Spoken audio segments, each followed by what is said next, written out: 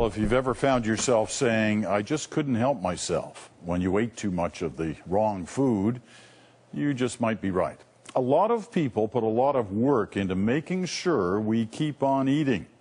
As our health reporter Kelly Crow discovered, it's a highly competitive, highly secretive industry with one goal: food that is simply irresistible. They're trying to increase their share of your stomach and increase the amount of profit they're making off the food you eat. I went to the point that it hurt to move, and I would just lie in my bed and wish I was dead. These companies rely on deep science and pure science to understand how we're attracted to food and how they can make their foods attractive to us. There's science behind that crunch. Yogurt feels that way in your mouth for a reason. The food industry is even researching the connection between the taste receptors on your tongue and the corresponding chemical reaction in your brain. The result? Carefully engineered combinations of salt, sugar, fat, and chemicals deliberately designed so you can't eat just one. Michael Moss spent 4 years investigating the science behind processed food.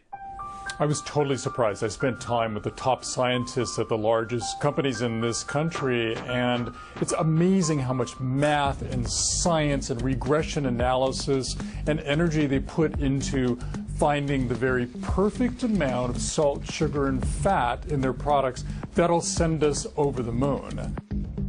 A search through a database of scientific papers and food industry patents reveals the extent of the science behind food engineering.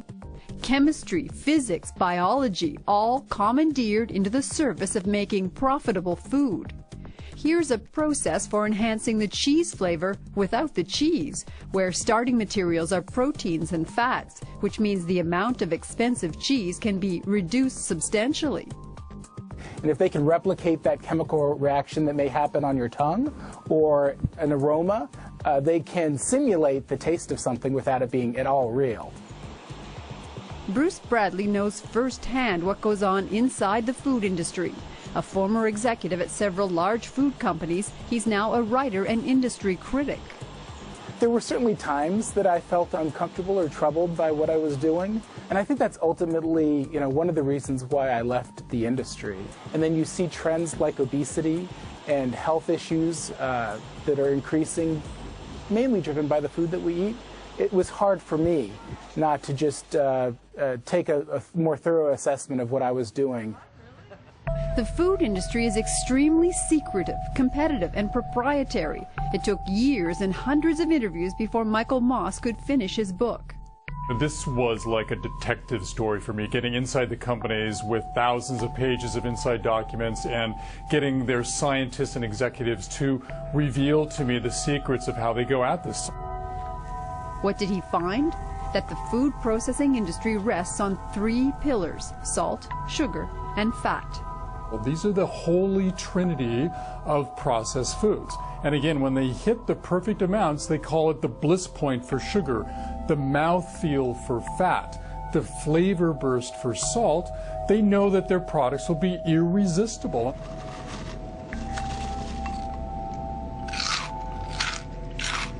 Salt, sugar, and fat in combinations nature never intended.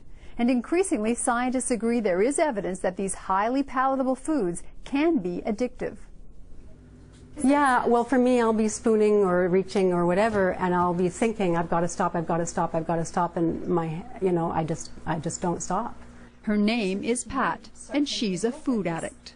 I was desperate when I was a food addict. It was really, really devastating, and I felt powerless and ashamed, and it was horrible. Her kitchen is a battleground. Every meal a challenge to remember that for her, even a taste of sugar can set her back. Seeing food will trigger it. Advertising for food will trigger it. These foods are so addictive, so appealing. Every cookie is crammed with joy. There are many food addicts who say that long after the food stopped causing us joy, long after it started causing us misery, we still couldn't stop. How about one of those chips? Just one. So it becomes hardwired, and it's very hard to overcome. Bet you can't eat just one. And while the industry hates the word addiction more than any other word, the fact of the matter is that their research has shown them that when they hit the very perfect amounts of each of those ingredients, they'll send us over the moon. And their products will fly off the shelf, we'll eat more, we'll buy more, and as they are companies, they will make more money. We're activating those limbic structures. Francis McGlone is a neuroscientist. Brain system. As part of a BBC program, he put a British chef into a brain imaging machine and fed him chili. Every 38 seconds, Ashley had a drop of chili oil squirted on his tongue. And watched as the heat from the chili peppers triggered a release of feel-good chemicals in the brain. The consequence of that low level of pain is that it floods the brain with its own natural opiates. Francis McGlone was a pioneer, one of the first neuroscientists to work in the food industry. He spent 10 years doing neuroscience for Unilever, one of the world's largest food companies. As a basic neuroscientist, I was able to look at the mechanisms that basically drove preference for various types of food. Using neuroscience, Unilever made headlines with this finding: ice cream tickles the brain. Just one spoonful lights up the happy zones of the brain in clinical trials, the company reported. This is the other part of the body that fascinates food scientists: the mouth, the way food breaks between the teeth, the pressure of the bite force, the sound of the crunch. It's partly the noise, and the noise, of course, amplified by the fact that your jawbone is connected to your ears, and you really hear that crunch quite loudly as you bite. But it's also the physical requirement to chew on something and to crunch it. Just distracts you. It pulls your mind onto what you're eating. Chris Luckhurst is a food industry consultant who helps companies come up with foods that are what he calls more-ish. In other words, make you want more. They want you, at the end of each product, to reach for the next one and put it in again. And they often achieve that by having a very intense taste hit right at the front of the mouth, and then it dies off very quickly. And so by the time you've finished each mouthful, you're looking to refine that taste which you've lost. The shape of the food is also important. Chocolate should not have sharp edges. Absolutely. We're looking for chocolate to be comforting, to be a really pleasant, lovely experience in the mouth. Melt is a very soft experience, and if it's got sharp corners, you're really spoiling that and actually setting the consumer on edge slightly before they get the melt. Food scientists know what it takes to trigger the brain to stop eating. They call it sensory-specific satiety. And that's an expression that says when foods have one overriding flavor, if it's attractive, it'll be really attractive to us initially, but then we'll get tired of it really fast. And so these companies make a concerted effort to make their foods not bland, but really well blended. And why can't you stop at just one? It's called vanishing caloric density. Vanishing caloric density applies to those things like Cheetos that melt in your mouth. And what happens is then that your brain gets fooled into thinking the calories have vanished.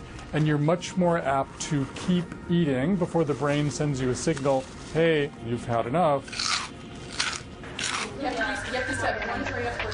Welcome to the Sensory Sciences Lab at the University of Guelph. Can one person from each group come here for a minute?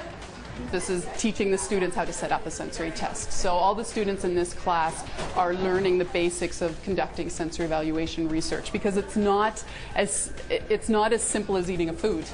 They're different in ingredients, and what we're looking for is to determine which one is preferred or accepted by people. So in this case, it's actually a different sodium levels. So which one did you like better? I liked the second one better. The salty one? The saltier one, yeah. Because these products must be able to sit on the shelves for months, many of the ingredients have nothing to do with taste, but act as preservatives and chemicals to control the appearance and texture, and a series of ingredients known as flavor enhancers to trick the brain into tasting something that isn't there.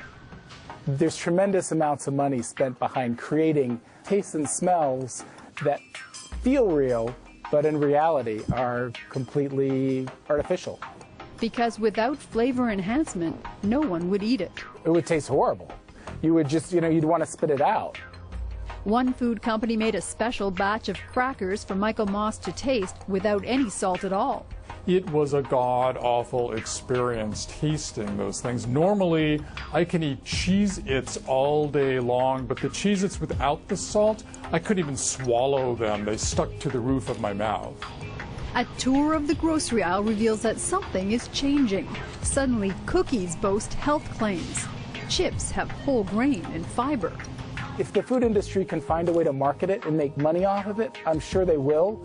But if it long-term is decreasing the amount of food that they can sell, I don't see it as being an avenue that they'll go down. So whether lower in salt, sugar, or fat, higher in fiber and grains, containing real fruit or baked with real vegetables, you will be back for more.